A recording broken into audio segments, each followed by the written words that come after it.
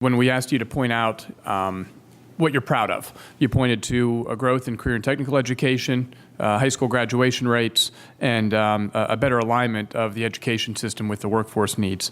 I was wondering if you could speak to specifically the funding increases that we've seen over the last few years under your leadership, and could you give any more detail about how you feel the funding increases have been targeted to achieve those goals, and have we done it right, and could we do it better?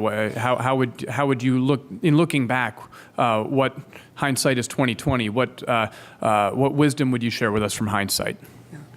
Absolutely. Thank you for the question. I think first and foremost, an area that's a point of pride for us that we've now submitted through our ESSA plan, which is our federal plan, has been this new focus on future-ready PA. So we moved away from our old standardized test, our focus on standardized tests for school improvement, to looking at three specific measures. And this, the department we've taken ownership for, but, I have to share that this is the culmination of feedback from 3,000 plus stakeholders and, working closely with both the General Assembly and the administration, but focusing on growth as well as performance on our state assessments, looking at on-track measures, reading math level attainment, chronic absenteeism, and then college career and community factors, access to high-quality programs, AP, IB, dual enrollment, career and technical education. So, when we first started creating this new system of accountability, it really changed how we drive the investments that we're making.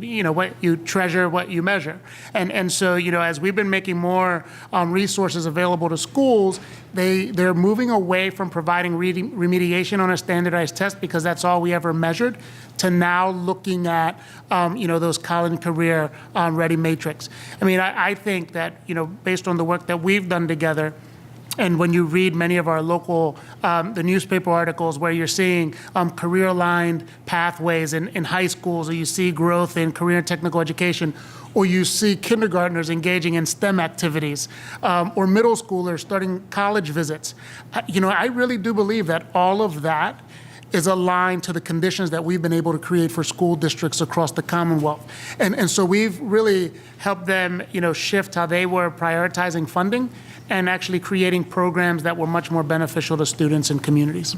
Specific to what you're speaking about, education alignment with workforce needs, how do you measure that alignment, and how do you determine, because that's kind of a difficult computation, and I would assume there'd also be a lag time between when you get the programs right and when you get graduates coming out the other end and hitting the workforce. So how do you measure the alignment of the education system with workforce needs, and how do you assess whether that's improving and actually hitting what our employers are looking for in the Commonwealth? So there will be some lag time, but I think this is the opportunity for us, through our administration, to set the conditions that, can work in perpetuity well after our administration. First, I think it's important to share, this is big as a priority of the governor. Workforce development, workforce alignment, keeping Pennsylvanians here in Pennsylvania has been a priority for him. So when you think about how the work we do in the Department of Ed in partnership with LNI, DHS, DCED, they're looking at the end product. And we're back mapping together to show how our programming as early childhood can align to ensure we have a robust workforce moving forward. So currently, how we will identify success are the number of individuals who are attaining an industry certificate in a high livable earned wage career, a 2-year degree or a 4-year degree in that area. Now, the governor's continuing to take that to the next level and working through the Workforce Development Board and DCD to then track, okay, are they earning a livable wage? Are they staying in PA? And are we, developing as many more job and technologies moving forward? So I think when you look at what we're doing in phase 1 of Future Ready PA, phase 2 is going to take that data that our sister agencies are creating, and we'll bring it together to create a comprehensive report for you in the General Assembly.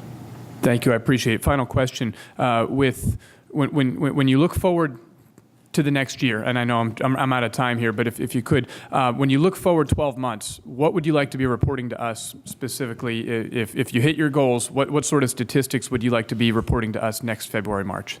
So when we come together next February, March, we hope to start to work on our post-secondary attainment goal, data, our future-ready PA data, and then, of course, our college career readiness access data. So hopefully we have a much more robust data set to continue to share.